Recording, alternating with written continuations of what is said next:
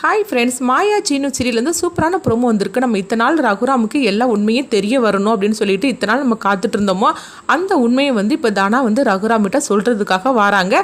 பத்மா எப்படியாவது மாயாவை வீட்டை விட்டு போக வைக்கணும்னு சொல்லிட்டு அவங்க ஒரு திட்டம் போடுறாங்க. ஆனால் அந்த திட்டமே அவங்களுக்கு முறியடிச்சிருது. அதாவது அந்த திட்டமே அவங்களுக்கே எதிராக திரும்பிடுது. தானா எல்லா உண்மையும் சொல்கிறதுக்காக ரகுராம் கிட்ட வராங்க. என்ன நடக்கிறது அப்படிங்கிறத நம்ம இந்த வீடியோக்குள்ளே நம்ம பார்க்க போகிறோம். வாங்க நம்ம வீடியோக்குள்ளே போகலாம்.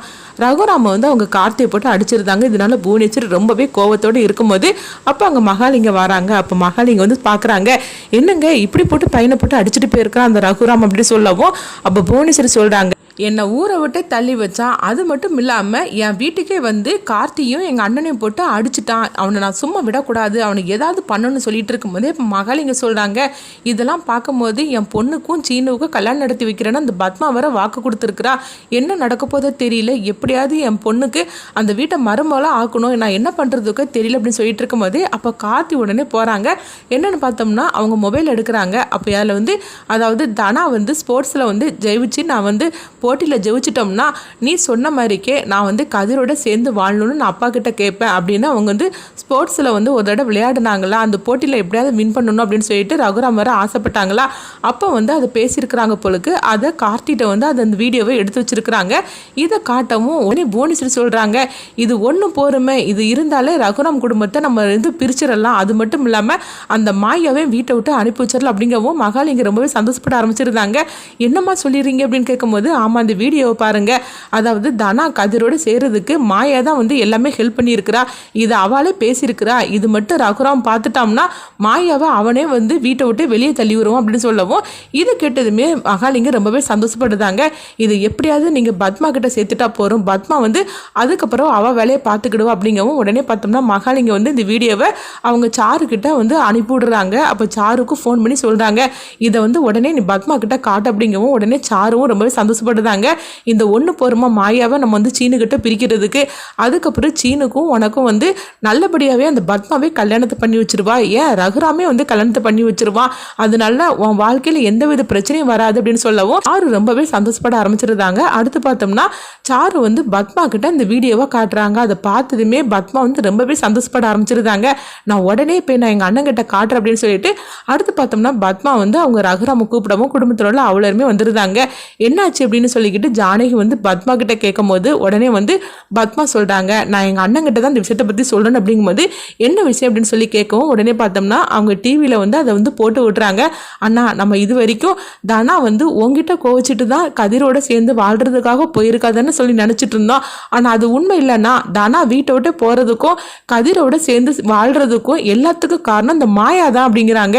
இது கிட்டதுமே எல்லாரும் அதிர்ச்சியோட பாக்குறாங்க. நீ பொய் சொல்ற அப்படின்னு பத்மாட்ட ஜானகி சொல்லும் போது, ஆமா எப்பவுமே நான் சொன்னா நீங்க தான் நம்ப மாட்டீங்களா, இப்ப நான் ஆதாரத்தோட சொல்றாங்க பாருங்க அப்படின்னு சொல்லவும் அப்ப டிவியில அதை போட்டு விடுறாங்க. அப்ப அதுல தெரியுது தானா அவங்க மாயாட்ட சொல்லிட்டு இருக்கிறாங்க, மாயா இந்த போட்டியில மட்டும் நான் ஜெயிச்சிட்டோம்னா கதிரோட சேர்ந்து வாழணும்னு சொல்லி நீ என்கிட்ட போட்டி போட்டிருக்கிறேல்ல, அதனால இந்த போட்டியில ஜெயிச்சிட்டோம்னா நீ சொன்ன மாதிரிக்கே நான் அப்பா கிட்ட கேட்பேன் அப்படிங்கிறாங்க. இதை பார்த்ததுமே ரகுராம் அப்படியே துடிச்சு போயிருந்தாங்க. அப்போ என் பொண்ணு என்னை விட்டு பிரிஞ்சதுக்கு காரணம் அவ கிடையாது, நீ தான் என் ஒரே பொண்ணு பிரிச்சுக்கிட்டியா, உன்னை நான் என்ன பண்றேன் பாரு அப்படின்னு சொல்லவும் உடனே மாயா சொல்றாங்க, பெரியப்பா நாங்க ரெண்டும் அப்படி சொல்லல பெரியப்பா, ஆனா இதுல வேற மாதிரி இருக்குது, நாங்க உண்மையை சொல்றோம் பெரியப்பா, எப்படியாவது தானாவும் கதிரும் சேர்ந்து வாழணும்னு சொல்லி தான் நான் ஆசைப்பட்டேன், ஆனா இதுல பாதி தான் இருக்குது, மீதியை காணல, நான் சொல்றது கேளுங்க பெரியப்பா அப்படிங்கும் போது அப்ப ஜானகியும் சொல்றாங்க, ஆமாங்க என்ன இருந்தாலும் சரிதான், தானா கதிரோட சேர்ந்து வாழ்றதுக்காக தான் நான் மாயா சொல்லியிருக்கிறா, உங்களை விட்டு பிரிக்கணும்னு சொல்லிட்டு அவ சொல்லவே இல்லை அப்படிங்கும் போது, இங்க பாரு ஜானகி, நீ எப்பவுமே அவளுக்காக தான் பேசிட்டு இருப்ப, அதனால இதுல நீ தலையிடாது அப்படின்னு சொல்லிட்டு உடனே பார்த்தோம்னா அவங்க லாயரை வர சொல்றாங்க. அப்ப சிவா மணி குடும்பத்தோட அவ்வளவுமே அதிர்ச்சியோட இருக்கிறாங்க. அண்ணன் என்ன முடிவு எடுக்க போறாரு தெரியலையே மாயா விஷயத்துல அப்படின்னு சொல்லிட்டு இருக்கும்போது பத்மா ரொம்பவே சந்தோஷப்பட்டுட்டு இருக்கிறாங்க. இப்ப பத்மா சாருகிட்ட சொல்றாங்க, கரெக்டான நேரத்துல இந்த வீடியோவை உங்க அப்பா அனுப்பிவிட்டு இருக்கிறாரு, ரொம்ப நல்லதா போச்சு, இன்னுமேலும் உனக்கும் சீனுக்கும் நடக்கக்கூடிய கல்யாணத்தை யாராலையுமே தடுக்க முடியாது. ஏன் எங்க அண்ணனே வந்து உங்க கல்யாணத்தை நடத்தி வைப்பாரு. இன்னுமேலும் உன் கல்யாணத்துல எந்தவித பிரச்சனையும் கிடையாது. அந்த மாயாவுக்கு எங்க அண்ணன் ஒரு முடிவு கட்டிடுவாரு. அதனால நீ கவலைப்பட வேண்டாம் சாரு அப்படின்னு சொல்லவும் சாரு ரொம்பவே சந்தோஷப்பட்டு இருக்கிறாங்க. அடுத்து பார்த்தோம்னா லாயர் வராங்க. இங்க பார்த்தோம்னா அப்ப இந்த விஷயத்தை எல்லாத்தையும் வந்து பார்த்தோம்னா மணி வந்து அவங்க தனாவுக்கு ஃபோன் பண்ணி இதை சொல்றாங்க. தனாவும் கதிரும் இதை கேட்டு அதிர்ச்சி அடைகிறாங்க. ஐயோ மாயா எங்க ரெண்டு பேரும் ஒன்று சத்து வைக்கணும்னு சொல்லி தான் ஆசைப்பட்டாலே தவிர அப்பாட்ட இருந்து பிரிக்கணும்னு அவ என்னைக்குமே நினைச்சது கிடையாது. ஆனா அந்த பத்மாத்தை தான் என்னமோ பண்ணிட்டாங்க அப்படின்னு சொல்லிட்டு இருக்கும்போது லாயர் வராங்க. இப்போ லாயர் வர வந்திருக்கிறாரு. உங்க அப்பா எதுக்காக அவர் வர சொன்னார்னு தெரியல அப்படிங்கவும் சரி நீங்க வந்து போனை வந்து கட் பண்ணாதீங்க அப்படின்னு சொல்லும் போது சரி அப்படிங்கிறாங்க. அடுத்த லாயர் வந்ததுமே எல்லாருமே பதட்டம் அடைகிறாங்க. எதுக்காக லாயர் வந்திருக்கிறாரு அப்படின்னு ரகுராமோட அம்மா வந்து கேட்கும் போது அப்போ ரகுராம் சொல்றாங்க நான் முக்கியமான ஒரு முடிவு எடுக்கிறதுக்காக தான் அவரை வர சொன்னேன் அப்படிங்கும் போது என்னங்க ஆச்சுது அப்படின்னு ஜானியை கேட்கும் போது இங்க பாரு நான் ஒரு முடிவு எடுத்தாச்சுது. இதுக்கப்புறம் யாரு சொன்னாலும் நான் கேட்க மாட்டேன். நீங்க இந்த விஷயத்தில் தலையிடக்கூடாது அப்படிங்கும் போது அப்போ லாயர் வந்து கேட்குறாங்க என்ன சார் திடீர்னு கூப்பிட்டுருக்கிறீங்க என்ன விஷயம்னு சொல்லி கேட்கும்போது இவாளாம் என் பொண்ணா நான் தத்து எடுத்தோம்ல இன்னுமே இவாளுக்கு எனக்கு எந்த சம்மந்தமும் கிடையாது. அதை நீங்க கேன்சல் பண்ணணும். அப்படி கேன்சல் பண்ணாதான் இவளை நான் வீட்டை விட்டு நான் அனுப்பிட முடியும். இவளுக்கு எனக்கு எந்த சம்மந்தமும் கிடையாதுன்னு நீங்க வந்து எல்லாமே வந்து என்னென்ன உண்டுமோ அதெல்லாம் பண்ணிருங்க அப்படின்னு சொல்லவும் உடனே லாயரும் வந்து சொல்றாங்க ஒரு தடவைக்கு நீங்க 2 தடவையா நீங்க யோசனை பண்ணிக்கிடுங்க அப்படிங்கும் போது நான் எல்லாம் யோசனை பண்ணி தான் சொல்றேன். நம்மளும் இவளுக்கு எனக்கு எந்த சம்மந்தமும் கிடையாது. இவளை பொண்ணா நான் தத்து எடுத்தது நீங்க கேன்சல் பண்ணியே தீரணும் அப்படிங்கவும் இது கேட்டதுமே தனா கதிர் குடும்பத்தில் உள்ள அவ்வளோருமே அதிர்ச்சி அடைகிறாங்க. அப்போ மாயா வந்து பெரியப்பா நீங்க இப்படிலாம் முடிவெடுக்காதீங்க பெரியப்பா அப்படின்னு சொல்லும் போது இங்க பாரு இதுக்கு மேலே என்கிட்ட பேசாத உன்னை வந்து என் பொண்ணா தானே நினைச்சு நான் தத்து எடுத்தேன். ஆனா இந்த அளவுக்கு என்னுடைய பெத்த பொண்ணை நீ வந்து பிரிப்பேன்னு சொல்லி நான் கொஞ்சம் கூட எதிர்பார்க்கவே இல்லை. என் பொண்ணு மேல நான் எவ்வளவு பாசம் வச்சிருந்தேன். ஆனா இன்னைக்கு என் பொண்ணு வந்து என் கூட இல்லாம போனதுக்கு நீ தானே காரணம். இன்னும் உனக்கு எனக்கு எந்த உறவும் கிடையாது.